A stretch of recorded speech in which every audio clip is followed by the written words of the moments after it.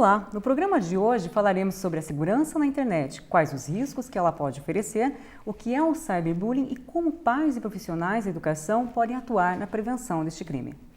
Para falarmos sobre esse assunto, nós recebemos Fernando César de Castro Schreiber, psicólogo graduado pela Pontifícia Universidade Católica do Paraná e mestre em Psicologia Social Comunitária pela Universidade Tuiuti do Paraná, com um projeto de pesquisa sobre cyberbullying. Olá, tudo bem? Tudo bem, Keila? Seja bem-vindo, é um prazer ter você aqui no Educação em Debate. Muito obrigado. Mas antes de darmos início à nossa conversa, vamos assistir uma matéria sobre o tema de hoje. A internet proporciona grandes facilidades, mas em contrapartida pode oferecer riscos relativos à segurança, expondo e prejudicando o indivíduo. O número de casos de crime cibernético vem aumentando e inclui invasões de páginas físicas e jurídicas, plágio, violação de direitos autorais, furto de identidade e senhas, entre outros.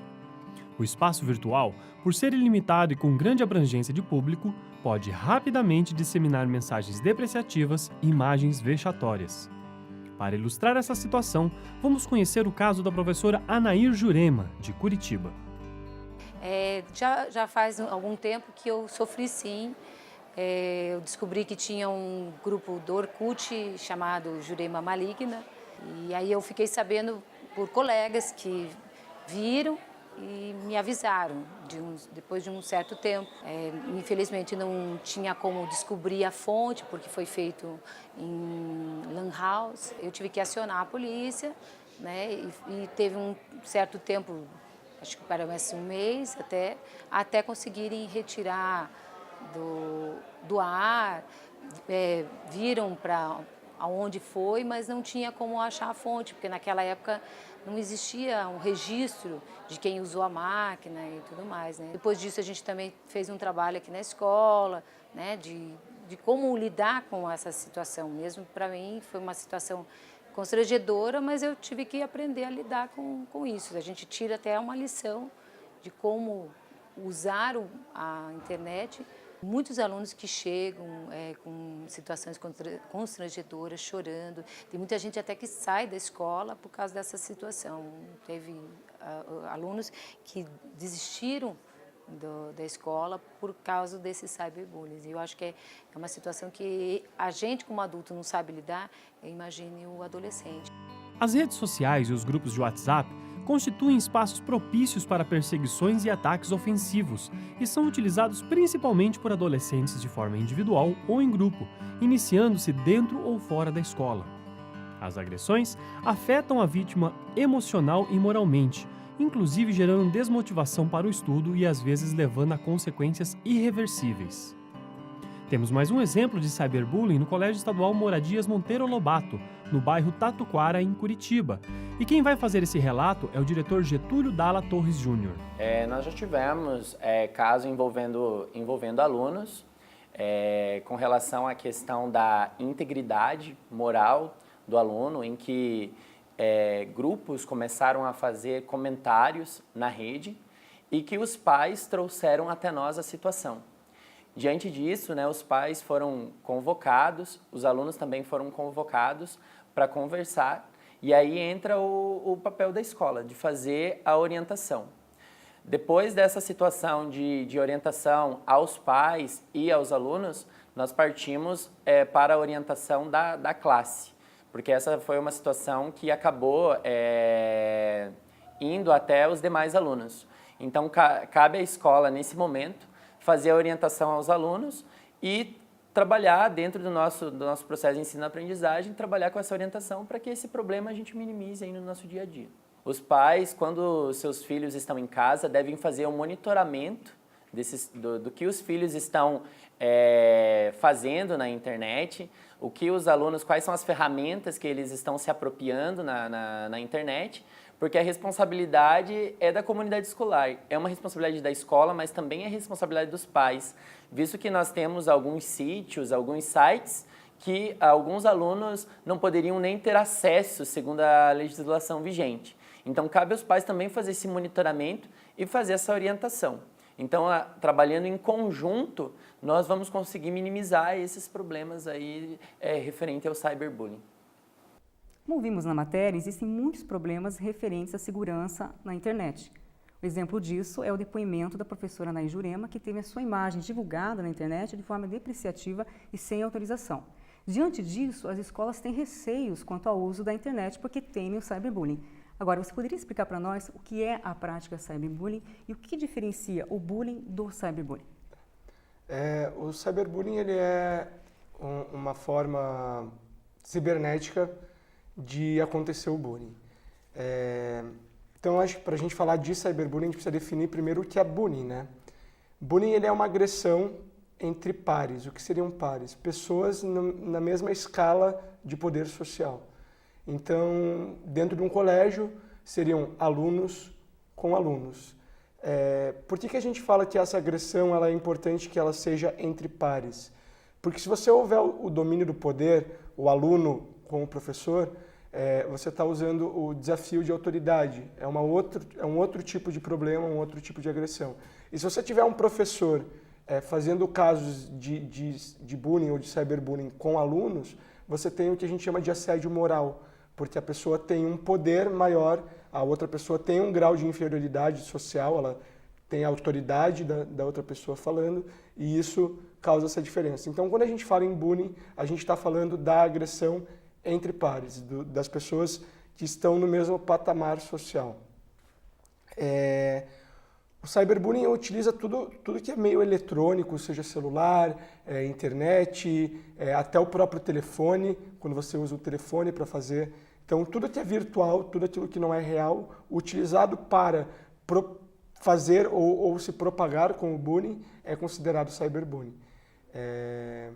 Claro que a gente tem muitas diferenças em questões conceituais, em questões até de como ele ocorre, mas a principal coisa é que ele está fazendo a mesma função do bullying, que é excluir alguém de um grupo, né? Seja para afirmar poder ou para fazer parte de um grupo, você usa de agressões físicas, verbais, psicológicas, para excluir alguém de um grupo e se afirmar perante a outra pessoa. Então, quando a gente fala em bullying e cyberbullying, a gente não pode falar de agressões que envolvam só vítima e agressor. A gente sempre precisa do espectador. O espectador, dentro desse fenômeno, ele tem um papel fundamental, né? Porque é ele que vai dar jus se aquela agressão foi válida ou não foi válida, se o agressor afirmou poder ou não. Então eu preciso muito mais do espectador do que a própria vítima. A vítima ali ela está fazendo só o papel de vítima, ela só está sofrendo. O show inteiro é para os espectadores. Então o bullying, no caso, ele acontece no espaço físico, seria convívio escolar, e teria que ter esse público, essa plateia. Sim, se ele é dentro de só duas pessoas que brigaram, ninguém viu, não foi, dificilmente ele é bullying. Claro que em alguns casos, quando a pessoa já vem sofrendo agressões há muito tempo, porque para a gente falar de bullying, a gente fala de agressões repetidas, né? Essa agressão ela não é única, não acontece uma vez. Tanto na internet quanto pessoalmente, ela tem que ser repetida. São poucos os casos em que o cyberbullying se propaga pelo compartilhamento ou a imagem que é compartilhada na internet várias vezes, mas isso já é uma repetição por si só. Por isso que a gente considera uma foto, às vezes, cyberbullying, mas é pelo grau que ela está se repetindo. Então, um aluno que sofre com bullying, que sofre com cyberbullying, não é porque ele foi ofendido alguma vez ou porque ele foi agredido uma vez só. É porque isso vem se repetindo e tem como função excluir ele do grupo. Ele ser taxado como ninguém fala com ele, ele não presta, aquela pessoa não serve para o nosso grupo de amigos. Então, essa é a função do bullying, excluir de grupos sociais. Os problemas acontecem mais com as crianças, adolescentes, jovens ou com adultos? Com todas as gerações. São problemas diferentes, mas nós temos, falando em segurança de internet, nós temos uma maneira que as gerações veem a internet de uma forma diferente. Você pega a geração do início da internet, que é a geração um pouco mais velha, ali entre os 40, 60 anos, que pega ali 20 anos de geração, que criou a internet, que veio desde o início na internet. Essa geração ela olha a internet como algo que eles podem ainda controlar.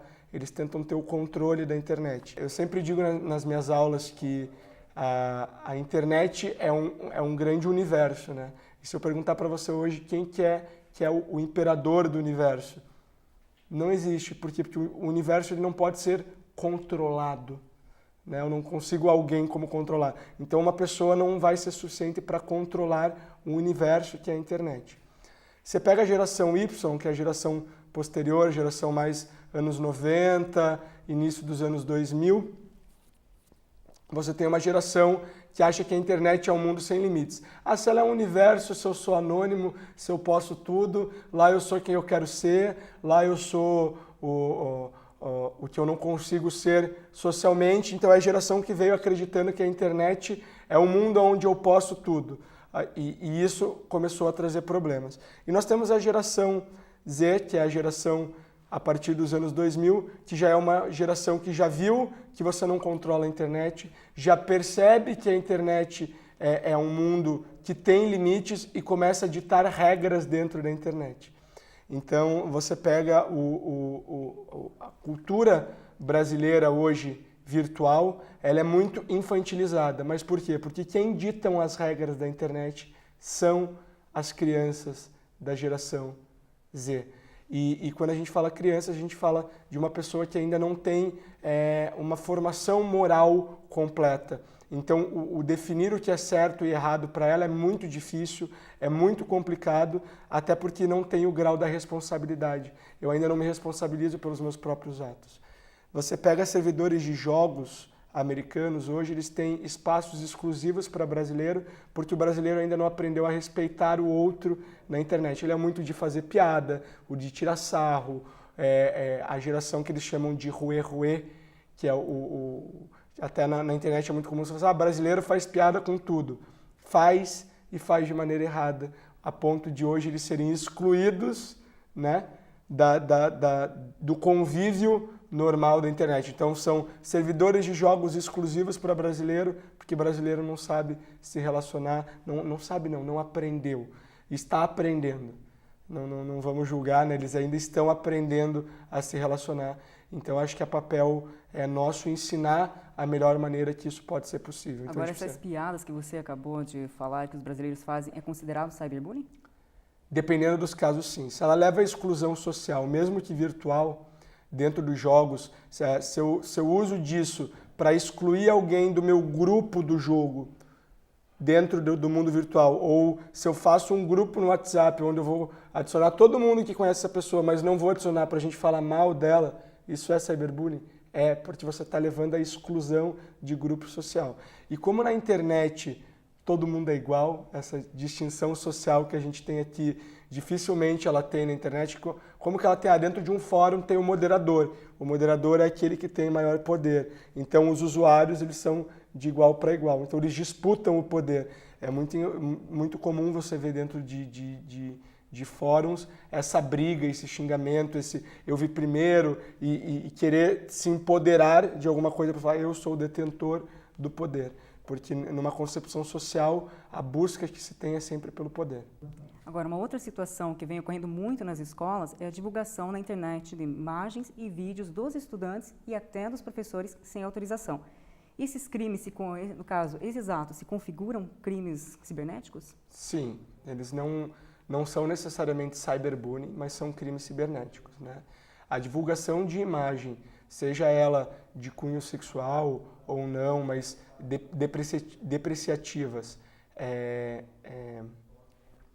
de outras pessoas sem autorização, é crime e já está configurado como crime cibernético. Até se acontecer isso, é indicado que a pessoa leve para a delegacia de crimes cibernéticos mais próxima, dentro da Polícia Civil. Nós temos hoje, em Curitiba, tem uma delegacia específica para crimes cibernéticos, que estão lidando com isso. Quando a gente fala de cyberbullying, essas imagens depreciativas, ela é considerada cyberbullying se ela tem um intuito de excluir a pessoa. Então, veja que o bullying e o cyberbullying ele sempre está na questão da exclusão, né? Eu uso a diferença, eu uso a diferença física, a diferença sexual, a diferença étnica, de religião, eu uso isso para tentar inferiorizar e excluir. Então é muito comum dentro de criança, não toque nele, ele tem germes, daí ninguém toca e sai correndo. Então isso vem num comportamento desde o infantil, de determinar quem é meu grupo e quem não é, e dentro do meu grupo, quem tem mais poder dentro desse grupo.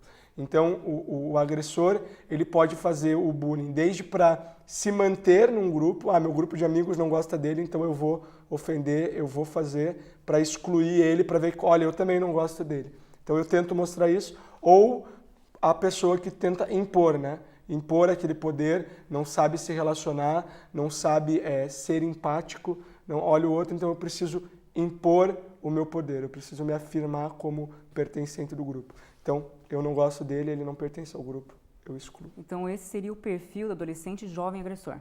Jovem agressor. Geralmente uma pessoa que precisa impor poder ou quer pertencer a um grupo. Que hoje em dia eu acho que são todos os jovens, né?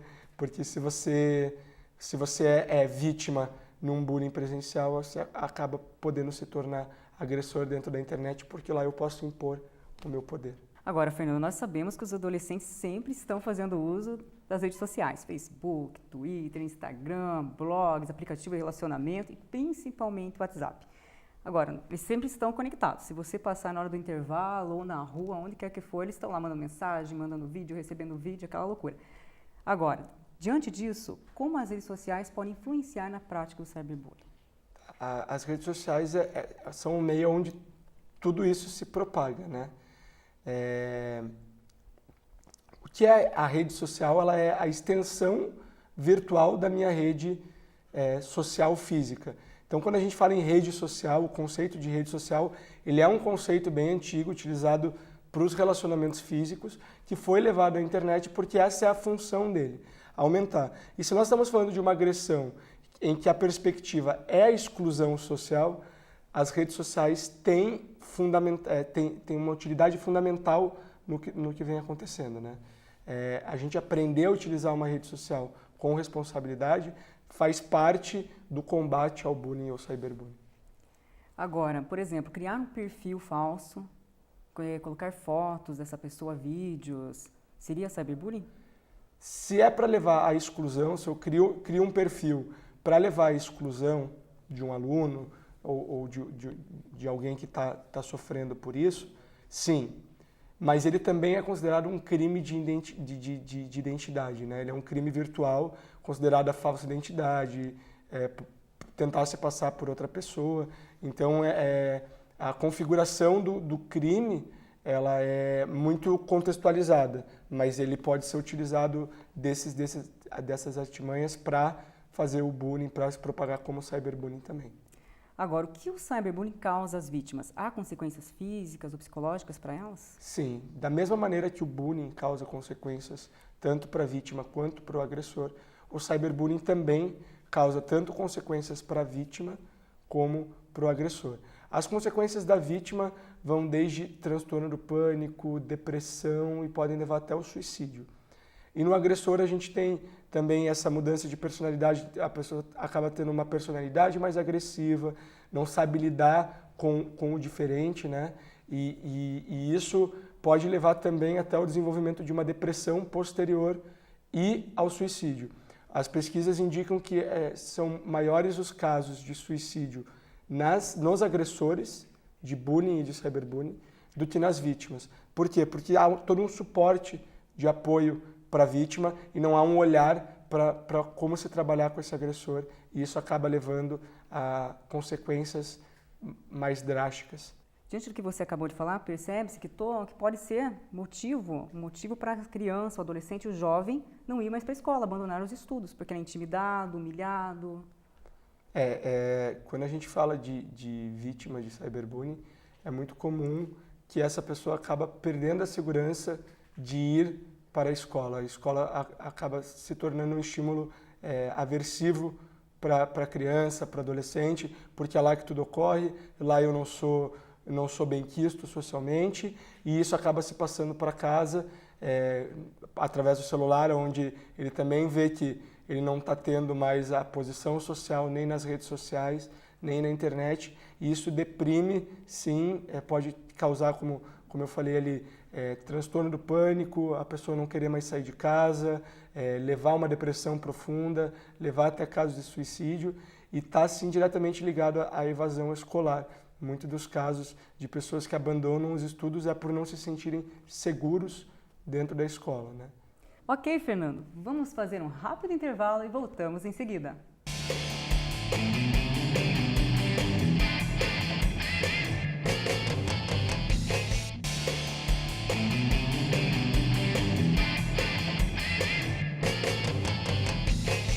Olá, estamos de volta com nossa conversa sobre a segurança na internet, com o psicólogo Fernando Schrader. Fernando, quais dicas você pode dar aos professores, pais e responsáveis para identificar quando o adolescente, a criança e o jovem estão sofrendo cyberbullying? Bom, então, essa vontade inicial de não ir para a aula, quando até as próprias notas começam a baixar, a pessoa que apresentava um bom comportamento começa a apresentar comportamentos desde de deprimentes, mais depressivos, mais tristes, até para a parte da raiva. A pessoa que era calma começa a ter acessos de raiva dentro da sala de aula, começa a odiar, a falar um discurso de ódio maior. Isso também pode estar ligado à pessoa estar sendo vítima e não consegue expor isso para ninguém, e ela pode desde entrar a depressão até ataques de raiva. Então, essa mudança no humor muito repentina é um ponto a ser olhado, mudança nas notas, falta de vontade de ir para a escola, são alguns pontos que podem estar indicando. Se não indicando ser vítima de bullying, mas algum fator emocional abalado está tendo nessa criança. Então, baixa autoestima. Baixa autoestima, a pessoa pode estar apresentando outros problemas sem ser o cyberbullying, mas são sinais característicos de pessoa que está em sofrimento emocional. Agora, é comum a vítima querer revidar e agredir o agressor? Tem muitas pessoas que acreditam que para você superar, você precisa fazer com que o agressor passe pela mesma coisa, para que ele entenda. A gente vê até pais que às vezes indicam, fez com você, então vai lá e faz de novo. Ou pessoas que sofrem bullying dentro de sala, né, presencial, dentro da escola, e chegam na internet e se tornam agressores do próprio agressor, né? A vítima se torna agressor e o agressor se torna vítima. Então existe essa inversão de papel, até porque a internet é um meio onde as pessoas conseguem ter a falsa sensação de ser anônimos, né? Então eles acham que são anônimos, fingem que têm... imaginam que tem essa liberdade e acabam por se tornar agressores para se vingar, ou até mesmo como uma tentativa de defesa por não conseguir falar isso abertamente, por não conseguir expor o que está acontecendo. Então é um cuidado que tem que ter, porque você não está sanando o problema, né? Você está só fazendo com que ele se torne um ciclo. Então eu sofro na escola, você sofre na internet. Eu sofro na escola, você sofre na internet. E quando você vê, tá todo mundo nessa bola de neve, sofrendo com problemas emocionais fortes e sem saber o que fazer. Agora, legalmente falando, há algo a ser feito com as crianças, adolescentes e jovens que praticam o cyberbullying? Existe algum tipo de medida socioeducativa? Existe, você pode, como eu falei, ter a delegacia de crimes na internet, para onde pode ser levado. Em casos de recorrência, é indicado que se passe para o conselho tutelar para ser investigado, porque tanto o agressor quanto a vítima podem ter problemas emocionais dentro de casa, abuso físico, às vezes até um abuso sexual, que leva a essa agressividade, que leva a essa necessidade da pessoa estar querendo, tanto, vamos pôr na parte do agressor, um agressor que sofre abuso dentro de casa, ele chega dentro do colégio, precisa assim, lá dentro da minha casa, um ambiente onde eu precisava me sentir seguro, eu não me sinto, e no colégio eu vou ser agressor para ter esse poder que me falta dentro de casa. Então são casos que precisam sim ser observados e com cautela, porque a gente sabe que isso é muito difícil de ser provado, então tem que ser investigado. Eu acho que tanto a escola quanto o professor, em casos de bullying e cyberbullying, eles têm um papel fundamental, que é o de investigador, né? investigar, contextualizar, ver como está acontecendo, como que está sendo feito, para que você possa ter maior suporte. Você não chega só com o caso. Se você pega um pai que é mais autoritário e que tem um filho agressor, ele vai chegar dentro de casa, ele vai brigar com esse filho e não vai resolver o problema. Então, é necessário que o colégio faça esse papel de investigar o que está acontecendo tanto fora do colégio como dentro do colégio. Aproveitando que você está falando da parte legal, é difícil identificar esse agressor e também o que fazer para tirar as imagens, os vídeos depreciativos da internet? Com a anonimidade na internet, geralmente é difícil. O que tem é que a gente tem muito registro de IP, né? Que é o código que eles usam para o computador, para identificar como se fosse um telefone de cada computador na internet. Então, eu tenho uma imagem, eu consigo, através da leitura de IP, ver de qual computador essa imagem começou. É uma busca difícil, não é tipo CSI, que é tudo muito rápido, coloquei na internet e já achei. A leitura de IP ela é difícil, ela é criptografada, é uma leitura que às vezes não chega a ponto nenhum, então ela tem que ser feita por especialistas. No caso de imagens que você não encontra quem fez, você pode levar, como eu te falei, na delegacia, pedir para que eles tentem retirar, entrar em contato, se for com o Facebook, fazer a denúncia da imagem para a imagem ser retirada pelo próprio servidor, entrar em contato com o site, se for blog, se for vlog com o YouTube. Então você tem esse acesso, fala, isso aqui está me depreciando, eu preciso que retire. Então eles mesmos têm as ferramentas para retirar e sempre em contato com a polícia. Se a gente tentar dar uma de, eu vou atrás, eu vou investigar, vou fazer, vou solucionar, dificilmente vai chegar a algum ponto. Agora, quando um estudante, um professor ou qualquer pessoa que esteja sendo vítima de bullying ou cyberbullying no ambiente escolar, o que ela deve fazer? A quem ela deve recorrer nesse tipo de situação? Então, a gente começa sempre assim, as crianças elas tendem a falar muito com os amigos, o professor tem um papel fundamental ali porque ele é a figura de autoridade, ele é onde a criança vai tentar recorrer algumas vezes. Então, geralmente, aquele aluno que reclama muito, que o professor já começa, putz, vem aquele aluno, vai reclamar de novo. Dá uma atençãozinha especial, porque às vezes está acontecendo alguma coisa. Então, o professor também tem esse papel. Então, para o professor olhar um pouco a situação, dar aquela investigada. Tem alunos, podemos saber que nós temos alunos que reclamam sem necessidade. A gente sabe que acontece. Mas fica de olho porque o professor geralmente é a figura. Dificilmente um aluno vai direto para a direção. E quando chega na direção é porque aquele sofrimento está muito grande.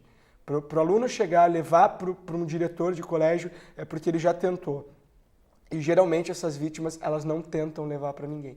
Não levam nem para amigo, nem para pai, nem para professor, muito menos para a direção. Então elas sofrem calada. Geralmente a vítima do cyberbullying é uma vítima que sofre muito calada. Por isso que a gente diz que leva tanto essa mudança de humor, né? Tanto a depressão quanto a raiva, mas é pelo sofrer, por não estar dividindo o que está sofrendo com alguém. Então os pais, os professores têm que alertar? Sempre está de olho, numa comunicação pai e colégio, né?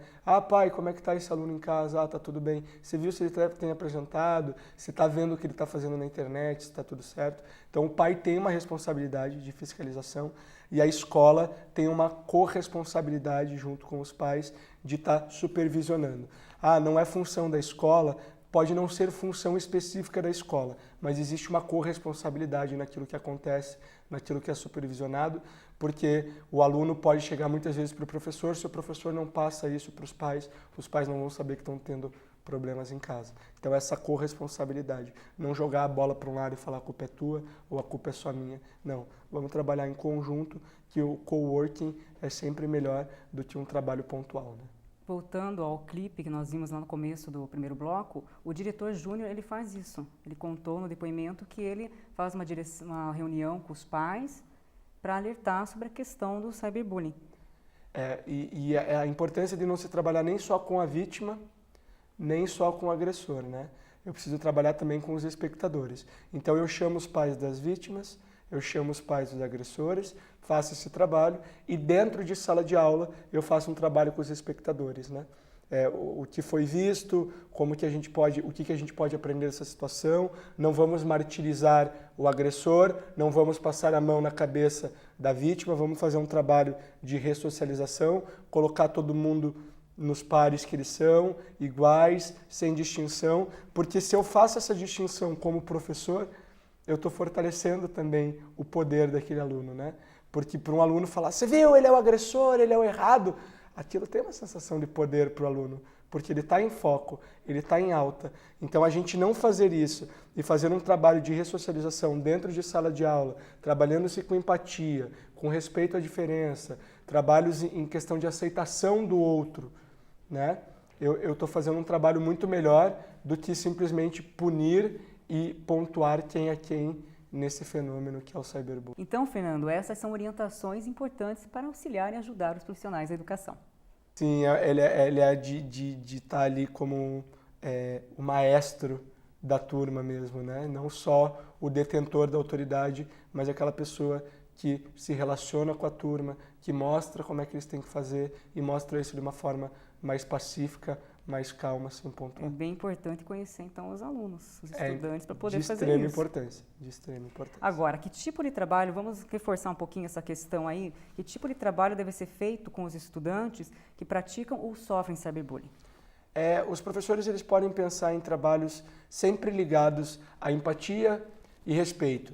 Então, fazer encenações aonde eles troquem de lugares, aonde a vítima é o agressor é a vítima, é o espectador. Então, conversar em como se sentiu, como é que foi. Fazer debates dentro de sala de aula é sempre muito importante para você estar treinando o aceitar a opinião diferente do outro. Então, quando eu faço um debate, as pessoas sempre têm que... Quem venceu o debate? Se eu busco o debate para vencer, eu estou tentando tirar o ponto do outro lado. Mas se eu uso o debate para chegar num consenso geral da turma, eu estou usando o debate de forma onde eu estou aprendendo a respeitar e escutar a opinião do outro, né? O cyberbullying é quando a pessoa não tem empatia, ela não consegue ver que a pessoa está sofrendo. Então a gente precisa fazer esse treino do sofrimento, percepção de sentimentos, o que está acontecendo, como é que a turma vê, como é que a turma se sente. Vamos se conectar, porque às vezes aquilo que para mim é uma piada, eu brinquei com ele não está sabendo levar o que eu fui fazer uma piada e a pessoa não está sabendo levar. Essa é a maior desculpa que a gente escuta hoje em dia, né? Foi só uma piada. O mundo está muito chato, não se pode mais brincar com nada. Não é que o mundo está chato, o mundo está sensível, porque nós estamos aprendendo a desenvolver empatia e entender que o sofrimento do outro também é um sofrimento. Então, se eu magoei o outro, não era uma piada, era uma agressão. Se fosse uma piada, estaríamos todos rindo. Se tem alguém que não está rindo, naquele momento, naquele contexto, para aquela pessoa, aquilo foi uma agressão. Precisamos aprender a entender que nem tudo é agressão? Precisamos, mas estamos num momento onde não é momento de se fazer piada. É momento de se aprender a lidar com o sofrimento do outro. Porque a piada sempre tem que ridicularizar alguém. Não que necessariamente ela tenha que ridicularizar. Mas geralmente ela acaba se ridicularizando porque a piada, principalmente no Brasil, ela veio para que a gente pudesse falar aquilo que politicamente, que socialmente não é aceito de uma forma engraçada.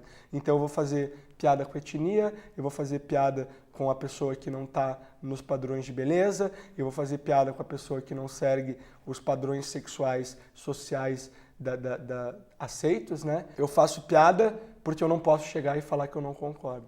Então, a questão de ridicularizar é tentar mostrar para o outro que socialmente ele é diferente, aonde nós estamos numa geração que está aprendendo a lidar com as diferenças. Por isso que as piadas não são tão bem aceitas. A gente pode fazer piada a respeito de outras coisas e rir, desde que o contexto não leve ao sofrimento de alguém, desde que não esteja propagando ódio pelo diferente. Essa é a principal diferença. O humor brasileiro é um humor que está sendo modificado e as pessoas estão com dificuldade de entender isso ainda. Agora, para finalizar, levando em consideração que com a internet a mensagem chega muito mais rápido, a informação chega com mais rapidez e também com o uso das redes sociais, como Facebook, Twitter, Instagram, o que fazer, e também que nossos estudantes hoje estão extremamente conectados? Toda hora, né? O que a escola deve fazer para prevenir estes problemas e também ter uma internet, no caso assim, uma segurança na internet? Então, eu acho que na escola a principal coisa é não proibir. Não proibir e ensinar a utilizar da melhor maneira possível. Então, um professor de ciências vai passar uma pesquisa, ensina o aluno a fazer uma pesquisa numa base mais científica, não usar só o Google, não usar só o Wikipédia, né? Ensinem ele, levem aos laboratórios, ensinem a fazer pesquisas, ensinem a utilizar o celular de maneira consciente.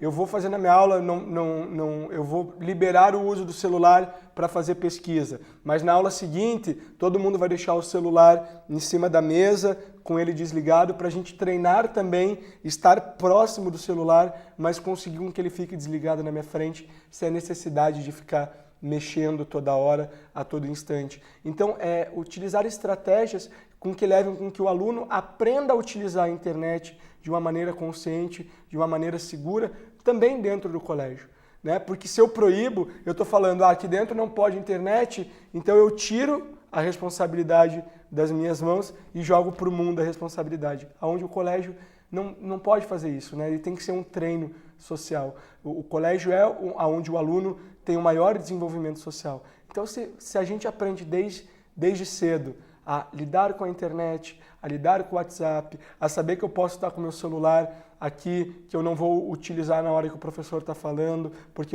eu tenho consciência, eu estou aprendendo. Vão ter os que vão fazer? Vão, mas são eles que precisam fazer para que a gente possa ensinar, né? Não só falar, você está errado, não pode pegar o celular. Mas, professor, por que eu não posso pegar o celular? Porque você está tirando a minha atenção, você está me desrespeitando. Então eu mostro para o aluno, né? Eu mostro para ele de uma maneira muito mais calma. Dentro de sala de aula, a gente tem milhares de estratégias para estar mostrando isso, sem precisar focar uma aula inteira nisso. Mostrar através de atitudes, através de maneiras que eu converso com o aluno, maneiras com que eu olho. E é importante para o professor, porque o professor ele deixa de ser só o detentor do conhecimento que está passando. Então, eu deixo de ser só um professor de matemática, um professor de português, mas além de ser professor, eu sou facilitador do desenvolvimento biopsicossocial do aluno, né? Eu facilito com que ele veja que ele é um ser biológico, um ser psicológico e um ser social. Então, eu cuido com que meu aluno tenha um desenvolvimento pleno, não só acadêmico, mas um desenvolvimento pleno. Ok, Fernando, muito obrigada pela sua presença. Foi muito bom ter você aqui no Educação em Debate. Eu que agradeço. Muito obrigada pela sua companhia e até o próximo programa. Tchau, tchau.